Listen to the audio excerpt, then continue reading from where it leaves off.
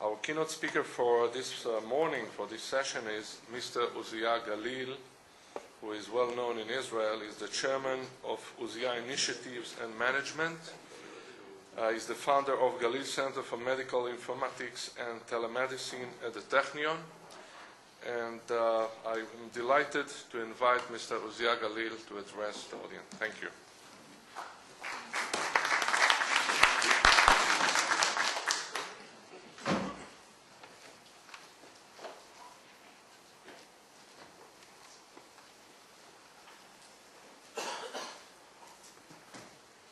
Thank you very much.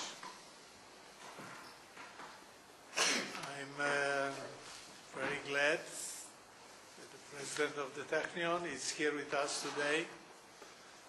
It's very important, I think, to all of us that the Technion is behind this major task that I think we are looking ahead.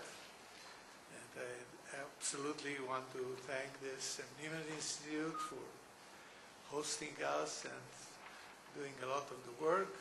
But obviously, primarily, without Mike, there wouldn't have been anything. That's true. And he has somehow convinced me that Gating is doing something fantastic. And the more I heard about it, the more I understood. I said, you know, and he caught me. So here I am. So probably there is one thing that will be different from the way I usually approach the subjects that we are going to discuss, because I usually try to look at the global picture and everything involved, because that's what I've been doing all my life, trying to create multi-legged, I call it, companies and cooperation all over in order to really create something very meaningful. The difference is that today I decided that probably it is my duty to try to explain, and maybe not more than that, try to provoke a discussion and try to have everybody thinking, where do we here in Israel can do something really meaningful in an area that's so much importance. So please, when I focus, and I'll try to focus you in the discussion on Israel contribution and the future of what we'll do in Israel and so on, don't take it that I really am not interested or not giving the attention to what the global perception and what is needed in this particular field globally, because obviously that's very important. But what I would like to have you look at and think, and it's important that we all do that. We are considered today by many people in the world that we have relative advantages, that we are excelling, that we are really very good. And the question is again, are we? Are we really as good as people think we are? And in the next 2 days, probably we'll hear more to convince people that we are. I hope we are. But that's not bothering me. And I must tell you that always in my life, I always thought ahead. They said, okay, what we've done, we've done. The question is, what are we going to do tomorrow? And here we have to understand what is expected from us, where can we really excel, where can we maintain our position. And I think here we have differences of opinions in this country between, you know, it is good that we have differences of opinions, because when you have differences of opinions, then you arrive probably, hopefully, at the right decision, provided it's not made strictly on an ego basis. But let's try to forget it. Now, the problem today, what is really, where are the priorities? It's a problem that the whole country in different formats, it's thinking in parallel with advanced research and the progress of the academia and the progress of the industry. And as a member, I'm a member of the Israel Council for Research and Development, and I can tell you that we are trying to analyze the strategic alternatives, and there is more than one. And I'll tell you what I believe. The first and foremost, in my opinion, is to clearly identify where are our relative advantages. It is recognized that one of the strongest characteristics of Israel is the innovative power and the desire for knowledge, both in academia, industry, and sophisticated devices. However, and everybody accepts the fact that in order to take full advantage of the innovative power, we must focus first of all in those areas that we have proven to have a relative advantage. Now, I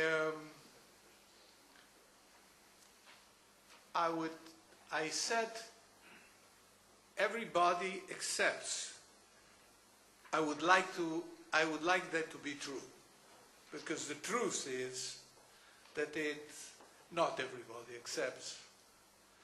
And it would be easy for me, you know, just to give you my thoughts, and but very, very, really good people with a lot of knowledge and dreams do not accept that. They have enough, many believe that we all agree that it is important to innovate, and everybody wants to innovate. But there are two ways of innovation. There is a kind of innovation that you take the things that you already have created, innovate, and grow, and excel in what you've been doing.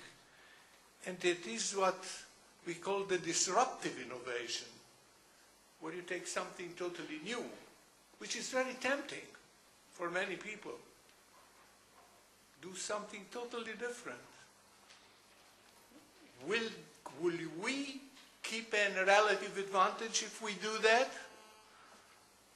The chances are small. So you have only to say strategically that you have probably to say, to put a limited effort only in the cases where there is something outstanding in this disruptive innovation, and try, if I'm looking again from the point of view of the progress of the country, of the economy, of the society, of the position of the country in the world in this field, to continue and excel, you want to innovate and grow. And here there are different opinions, and I must, I tell you already that at some point in this half an hour or so that we've been allocated, I'm going to stop. I'm going to provoke a discussion, because one of the things I really like is to talk, discuss with people the things they want to hear, and not only what I want to say. Anyhow, once we identify those areas in the medical, biomedical, and genetic fields, we must make every effort to support them in research and education. The next element is how we shorten the time between the research achievements and business implementation. It is at this stage that we realize that if we try to do everything, not only we will miss our objectives simply because of lack of resources, and instead of leaders in a limited number of fields, we will become a mediocrity in everything. Therefore, I say focus, focus, and focus. That's another argument, another subject for discussion. Looking now specifically in healthcare, we must use our relative advantage and attract worldwide collaboration. It's, I want to say gently, it sometimes is very difficult. But I've been exposed to too much cases where I see research being done in different places, in this country and abroad. Do you know what? People don't talk to each other. Why not? The answer is very simple. Who is going to publish the paper first? This is not the kind of thing that people like to hear. But I'm saying it because it is sometimes unbelievable. And incidentally, the same thing happens in industry. You have startups, bright ideas, really great guys that can do a lot of things. But did you know they have a hard time to raise money? And here it's another team, not far from them. 100 kilometers, maybe less. Doing a little bit different. And that's one of the things I'm doing very much. I hear them, try to help them, raising money and so on. And I say, do you know this and this? Oh yeah, but one more. Do you know them? Not really. And they bring them together. And they hear each other. But nothing happens. We have another enemy. The other enemy is called ego. Because the only question that comes afterwards is, yeah, you are right. But who is going to be the general manager? If we are not capable in areas that we have relative advantage to combine the talent, to create a critical mass, we are really spending a lot of time and effort without result. And that's a pity. And then comes the biggest thing. we are in health. We are talking in healthcare. We are talking of research in healthcare. We are talking of industry in healthcare. What is this for? What's the purpose? And I don't have to tell you. You can get different answer. But I have only one answer. There is one objective. It's called the patient. The whole purpose of doing research, the biggest research in academia and implementing it, is that as fast as possible, all the new things, all the big research arrives at the patient, at the general practitioner, at the clinicians that doesn't have the time in order to take care rightly of the patient. And you know, everybody in the States, for instance, you have a lot of publications. How many people die every year? 100,000, I know, from mistakes. I say mistakes, it's sure, there shouldn't be mistakes, but that's a different thing. I'm not talking of that. I'm talking how many people die every year, everywhere, simply because the information, combining the information of the latest research and the patient information and the experiences are not put together in such a format in the hands of the clinician to be able to give it to the patient. And a lot of patients die, in addition to having a terrible life, when there are already in existence solutions for them. And we read wonderful articles, we read wonderful things, and then the patient goes, and what happens, happens.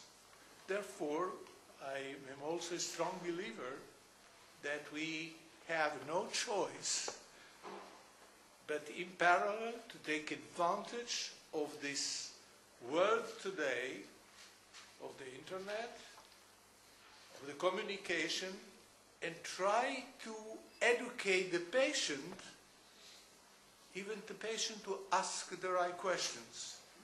And I know, particularly that was not happening here, it was happening more in the States. I remember a few years ago when somebody was coming to the physician and was telling him about what he read on the internet and so on and so on. And the answer was, oh, here we have another internet doctor. That has changed. That has changed. Now we are going sometimes to the total other extreme, that the patient comes from the doctor and says, well, I don't know, he never spoke with me, he only looked at the computer. So there are the two extremes. Therefore, and I know we do it, at the Technion, I think we do it other places, we educate today the medical students how to behave with the patient in this new world of communication by internet and computer and so on. It changes. It's very, very important because the patient expects a certain approach from the physician. He doesn't get it always. And he has to be educated. But I come back again and again to the same point. And I tell my friends in academia, and I tell my friends in industry, and in between, remember that your purpose is to improve the life of the patient. So that brings me to, actually it brought me years ago, 6-7 years ago, when I set up the faculty of medicine at the Technion, It's called the Galil Center for Medical Informatics and Telemedicine, and gradually, I think we are calling it more personalized medicine. And the whole concept of personalized medicine is being accepted worldwide these days. And I believe that we have a relative advantage in this country by being small. Sometimes being small is a disadvantage because you don't have the market, if I look from the business point of view. But we do have a relative advantage here because we can be the pilot of new things. And personalized medicine, everybody's, it's talking about it. Starting from the President of the United States and England, everybody's talking about it. I think we can be leaders in that, provided we know to accept, both in academia and in industry, the fact that the patient, every patient is something else. That will bring afterwards a lot of revolutions in this world, including personalized drugs. And, here we don't have the pharma as the subject, but I've been talking with people in the pharma, and they recognize that that's going to come with what all the influences, because a lot of the drugs are not effective on many patients. You have the same drug for different people with different genetics, with different records, different conditions, not efficient. Others they are. We have to know. And the problem, and here comes the technology, we have to know fast, because the general practitioner, when he receives the patient, has a very limited time. Maybe this has to be changed too, but I don't know how yet. But he has to get tools. These tools can be obtained by very sophisticated software, because we need from the information available to take the relevant information of his file, let's call it personal, the relative things of situations or people that had similar conditions, and to know easily the latest things that have been done under these conditions. Then the general practitioner can be efficient. That's a lot of work to do in order to get there. But as I say, we can be a pilot for that. We have definitely in certain areas of healthcare, we do have a relative advantage. Let's focus on them. We have in information technology, in certain areas, definitely a relative advantage. Let's combine the two. Now with the cellular world, the computer world, and all this, let's put these things together, and we can have here an example of a community that people can, these are part of my dreams, that people will come from other parts of the world to get treated here. That will be the day. But this is not going to happen except if various hospitals in this country, near the universities, are going to create, in one area or two areas, they will be known to be the special ones. And there are things like this in the world. There definitely are. And this would be very, very important for us.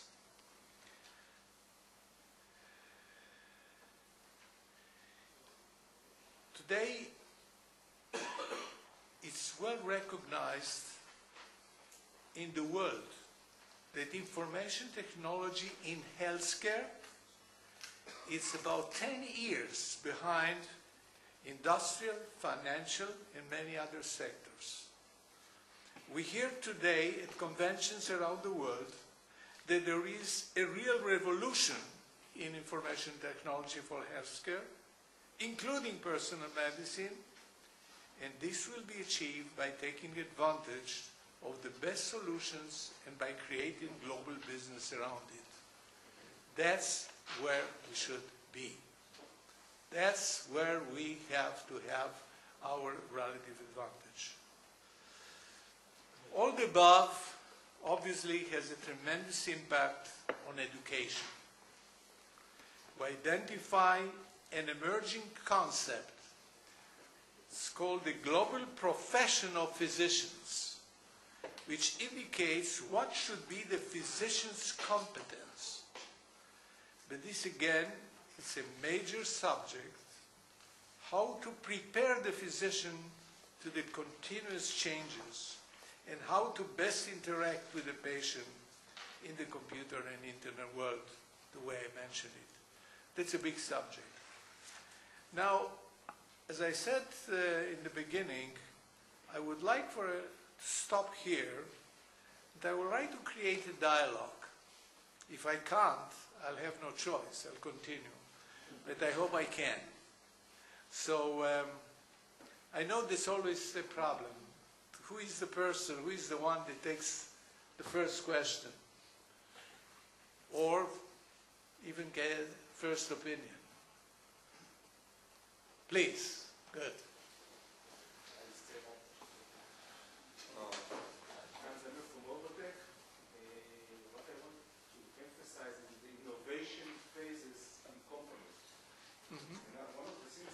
Can you speak louder?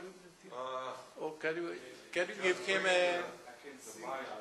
But maybe you bring him a... That will be help. That will help. I try to speak louder, okay? One of the things that I find out in my job is to lead the innovation in Informatics.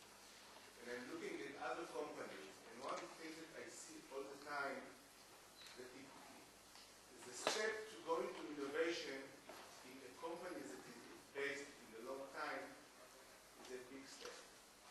It takes years. And most of the companies somehow, with the first year that they see the innovation is not going there, they decide it's not their path.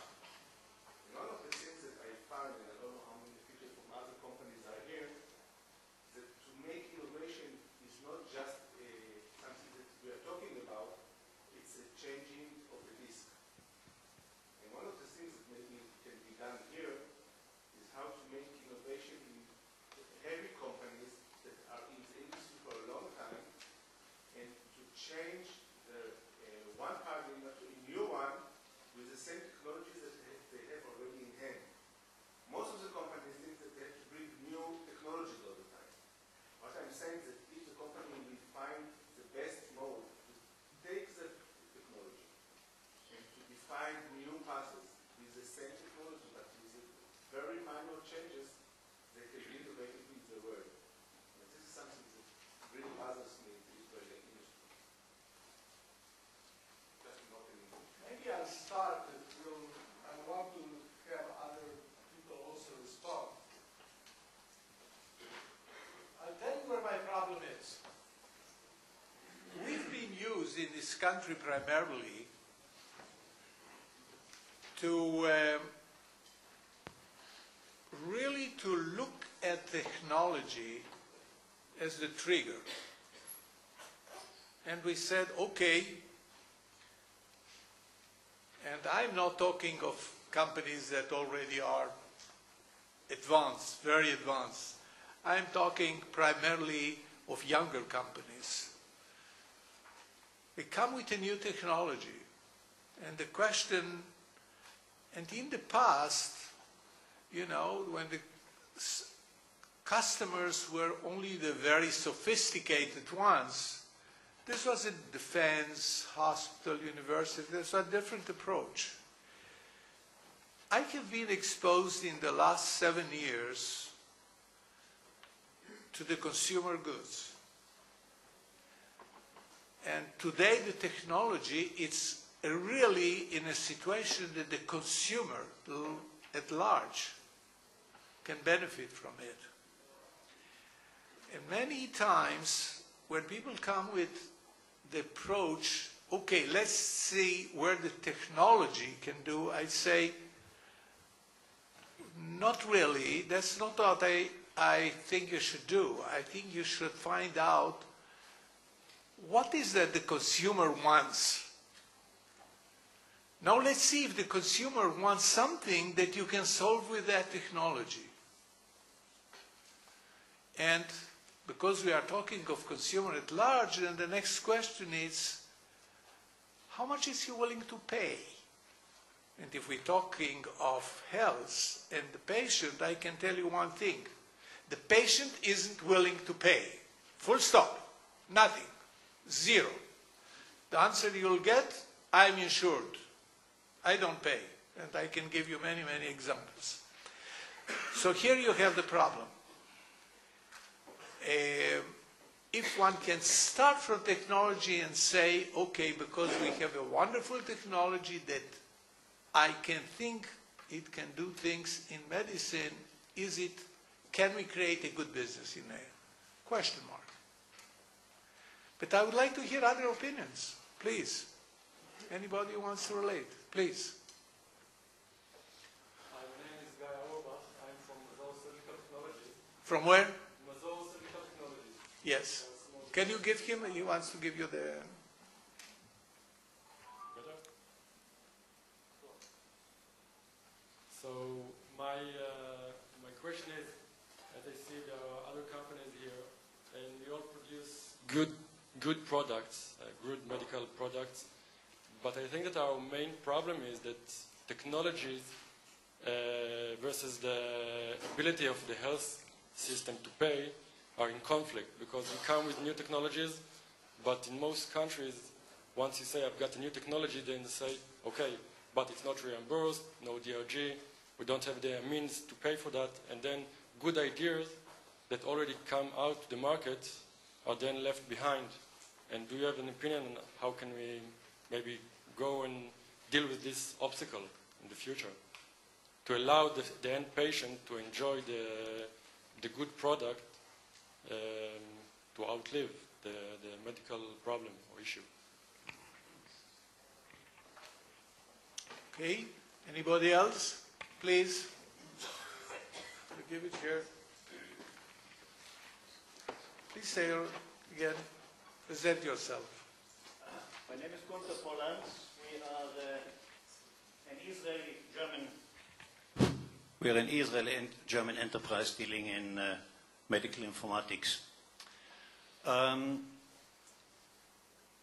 Uzia's pessimistic approach, the patient will not pay, in our opinion, is not necessarily a matter of the patient's willingness to invest in something meaningful.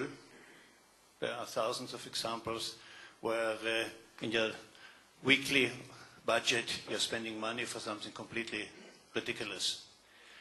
What we experienced in Germany, where the German doctors' associations are moving away from centralized data management to personalized data management, to the extent that they are boycotting a governmental national health grid, is born by the understanding that the doctors argued if we let medical informatics continue the way they are doing now, we are creating regional, national and international giga monsters where suddenly systems create the intention as if to take over functionalities of medical care. The patient who rightfully says today, I don't do anything, I'm insured, was never, until today, being faced in having a tool where he can take care of himself. When you go back to the business structures where Israel in communication technology is on the forefront worldwide, you were creating mechanism, 6 lanes, highways for broadband medical communication, but factually you have nothing to communicate. And the Santa Barbara project in California, which were eating up about $5 billion before it was closed down at the end of the year, ended up in one statement of a CEO of Kaisers, who said, for 30 years we were waiting for medical records. And these medical records were promised to me 30 years ago to become in 5 years. Today I'm the head of Kaisers. I'm still waiting for the medical records. What is my demand? And what is the answer to the pessimistic approach? Medical information has to flow directly into the hand of the patient. If you make sure that every patient has all his medical data, you will suddenly change the attitude of the patient and also his payment attitude.